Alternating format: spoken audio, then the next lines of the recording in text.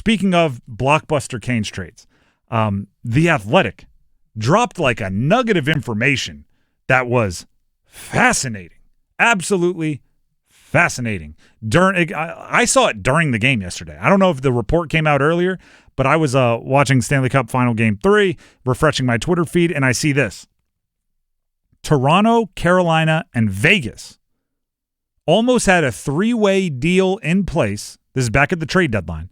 Almost had a three-way deal in place that would have sent Mitch Marner to Vegas and Mikko Rantanen to Toronto. Again, per The Athletic. The deal reportedly fell through because Carolina and Vegas, quote, failed to find the right assets to complete it. I think there's some interesting bits of information we can glean from that. If we assume that is true, my first reaction is Marner was going to Vegas, not Carolina? Can we, again, connect some dots here and say, oh, I can follow the clues. Does Carolina not want Mitch Marner? Because if I see Marner leaving Toronto and Mikko Rantanen, who was on the Carolina Hurricanes at that time, going to Toronto, if Carolina wanted Marner, why would you have to bring in Vegas at all?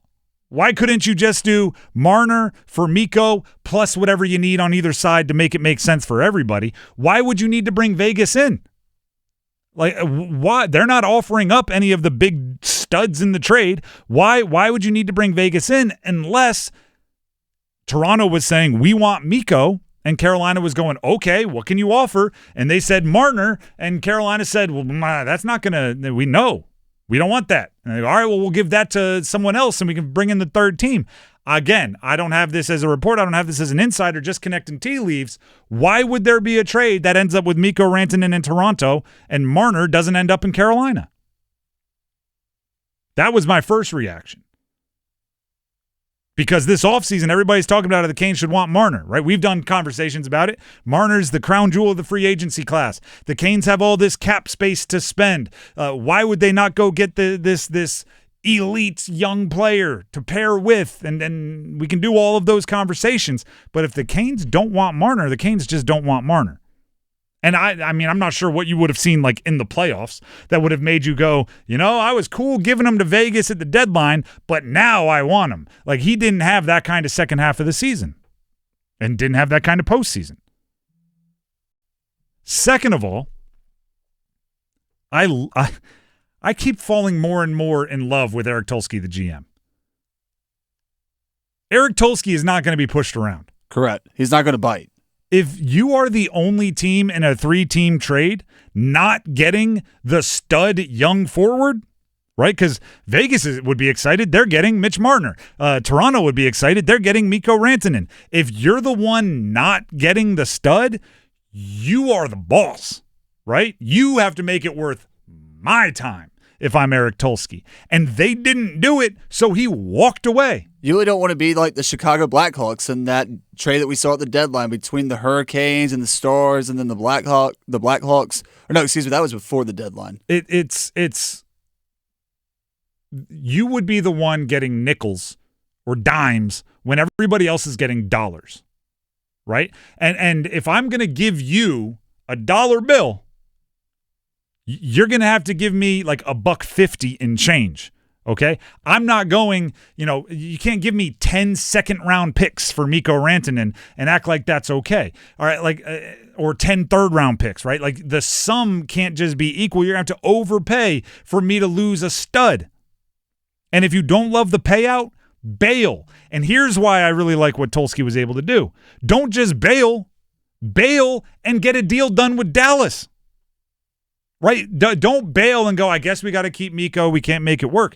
Bail and get a deal done with Dallas. Great flexibility, great adaptability, great not being precious. There's no mourning. All right, we couldn't get a deal done there. Cool, let's go to Dallas. All right, hey, we're not doing it without Logan Stankoven. Hey, give us these picks. Sure, if they're top 10 protected, because guess what? That means you can't trade the picks in the alternating years either. That is great GMing. It really is. Now you can you could say you put yourself in this situation by trading for Mikko Rantanen in the first place. Fine. But being able to pivot and adjust, whether you're making good moves, like you always want to judge each individual move by itself, right? It's tempting to go, and we do it here on the show because we're in sports media and we need things to talk about, to go like they traded Martin Necas and Jack Drury and picks, and they got back Logan Stankoven and 2 first-rounders and 2 third-rounders, right? And just to do like eliminate the Mikko part of it and have all these detailed conversations. In actuality, if you look at each deal, if it's not good enough, move on. If it's not good enough, move on. I mean, that is a blockbuster. Toronto, Carolina, and Vegas. 3 playoff teams moving young stars. And you were going to be the one that didn't get the star. So you better be paid a premium for that.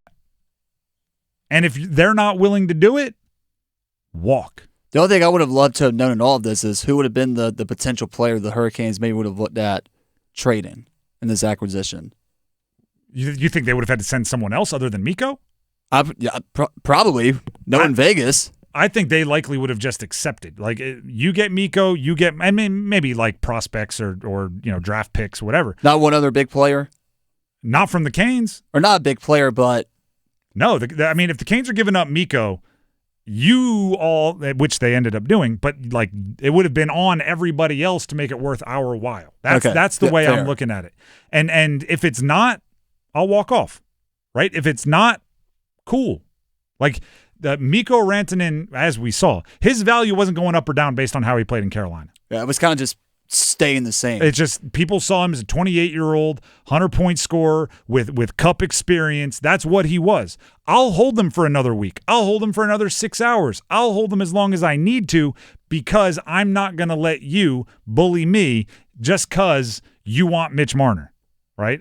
And I guess the Canes didn't want Mitch Marner, but then they pivoted and they went and got the deal done with Dallas. It's great GMing. If we assume all the reports are correct, could be something lost in the translation.